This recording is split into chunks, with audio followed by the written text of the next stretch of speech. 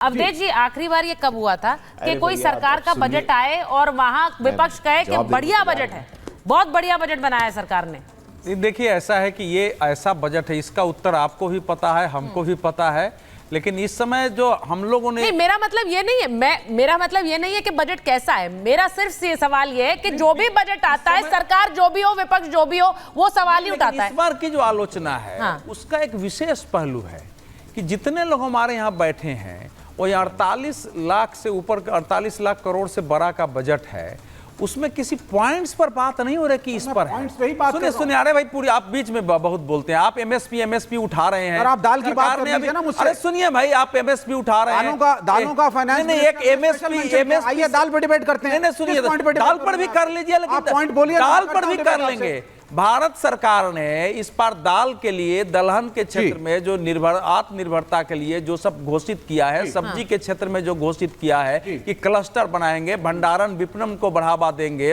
उसके लिए जो एलोकेशन किया है अलग अलग, वो तो असाधारण है। इस बजट में एक विशेष सुनिए भाई, आप भी सुन लीजिए भाई, विवेक जी, ऐसा है आप पूरी बात सुनते ही नहीं है। पूरी बात सुनिए। देखिए, बजट को ना समग्रता में देखने की आवश्यकता होती है। आपको दालों का समग्रता में नहीं, फिर आप भाग रहे हैं। नहीं, जो भाई एग्रीकल्चर में दालों के कॉन्सेप्ट की तो बात ही नहीं हो रही, बात हो रही कुर्सी की। सबसे इंटरेस्टिंग ये विषय तो कोई उठा बात दाल की नहीं हो रही, बात दलहन की नहीं हो रही, बात कुर्सी की हो रही है। इंटरेस्टिंग वो है। देखिए, यही तो कह रही थी कि बजट के बाद बात होती है। ठीक है, कंप्लीट करिए। ये बोलने नहीं देते हैं। ये सर आप ही बोलेंगे, मैं सिर्फ 10 सेकंड बोलूंगा। नहीं, आप 10 सेकंड के बाद नहीं बोलेंगे, नहीं बोलूंगा। बड़ी क्लियर सी बात है, दाल और दलहन की इस बजट में बात हुई। मैंने एक एक पॉइंट स्टडी करा है बजट का, किसानों से मैंने बात करी है, वो कह रहे हैं प्रोडक्शन बढ़ाना हमारा काम है, हम बढ़ा लेंगे, हम पे छोड़िए। सरकार तो जो है वो मार्केटिंग की बात कर रही है, सिर्फ मार्केट कर पाएंगे। दालों का प्रोडक्शन क्यों कम हुआ? क्योंकि उसके लिए किसानों को भाव नहीं मिल रहा था। अच्छा, 10 सेकंड आपके ओवर हुए। आपने दलहन और दाल की बात की। मैं ठीक है। अब मैं जरा भाटी जी के पास जा रही हूँ, वो थोड़ी देर से जरा एग्रीकल्चर पर। अच्छा, आ रही हूँ अवधेश जी। देखिए, अब बात हो रही है बजट पर, लेकिन इंटरेस्टिंग ये था कि बजट आने के बाद से बात हो रही थी सियासत की और कुर्सी की और सरकार बचाने की। तो ये बजट वाला डिस्कशन उसमें गायब हो गया भाटी जी।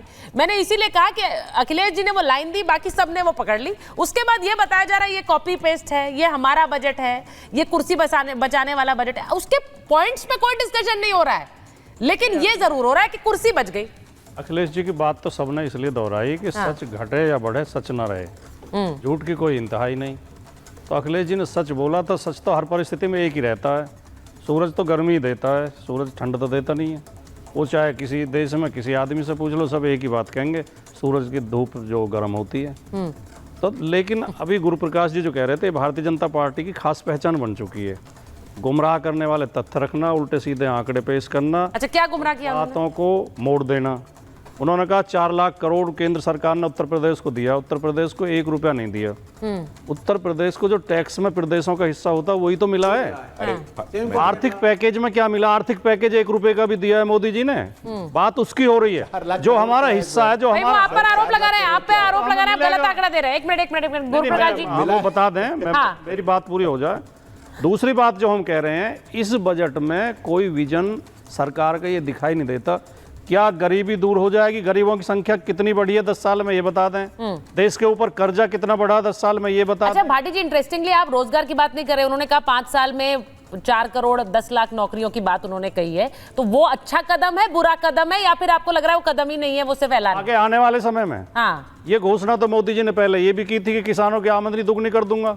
हुई क्या? नहीं, वो तो 100 स्मार्ट सिटी भी बना रहे थे, बने क्या? वो तो बुलेट ट्रेन भी चला रहे थे, चली क्या?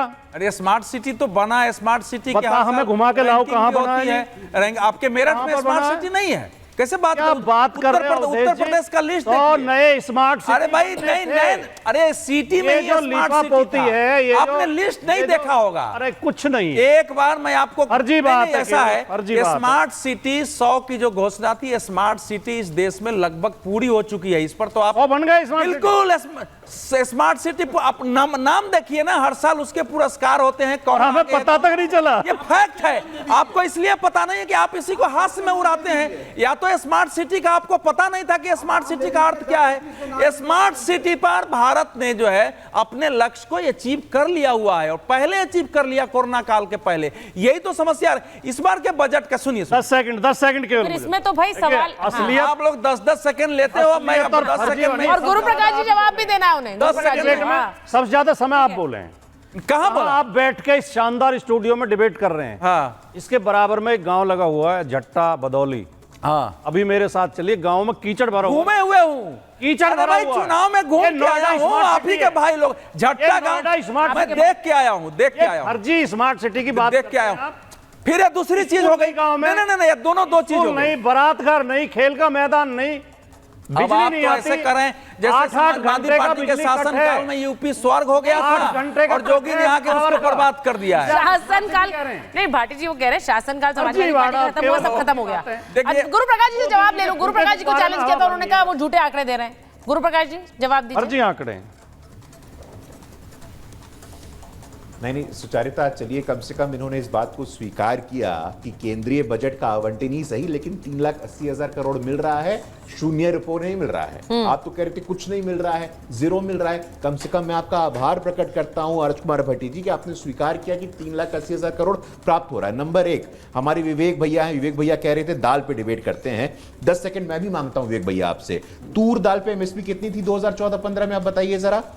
4,000 रुपए, अब कितनी है? 7,000 रुपए, 61% का इंक्रीज है। मूंग पे कितनी एमएसपी थी 2013-14 में? 4,600 रुपए, आज कितना है? 9,000 रुपए, 85% का इंक्रीज है। उड़द पे एमएसपी कितनी थी? 4,300, आज कितना है? 7,000 रुपए। चना पे एमएसपी कितनी थी 2014-2024 में? 70% तक का इंक्रीज आया है। तो झूठ बोलना, हर बात पे भ्रम फैलाना, ये ठीक नहीं है। और कम से कम कम्युनिस्ट साथियों के मुंह से संविधान की बात अच्छी नहीं लगती है। रशिया में कितना संविधान है आप बताइए, चीन में कितना संविधान है? कम्युनिस्ट होकर के संविधान की दुहाई देते हैं। इससे बड़ी हिपोक्रेसी, इससे बड़े दोहरे मापदंडों की पराकाष्ठा और कुछ हो नहीं। कोई नहीं है। अब आप सुनिए, रही नहीं है। अब सुनिए, धान पे गेहूं पे एमएसपी की बात आप अपनी बारी में बात करेंगे। देखिए फिर आप बोलने लगते हैं उनकी बारी में। मैं आंकड़ों पे बोल रहा हूं, आंकड़ों के आधार नहीं, पर आप बोल रहा हूं। दलहन और तिलहन के आंकड़े दे रहे हैं। ये कभी एमएसपी इनकी समस्या रही नहीं। इन पे, इन फसलों पे मूल्य मिल जाता है किसान को। आपने दलहन का ही आंकड़े हैं हमसे सर। आंकड़ा मांगा था।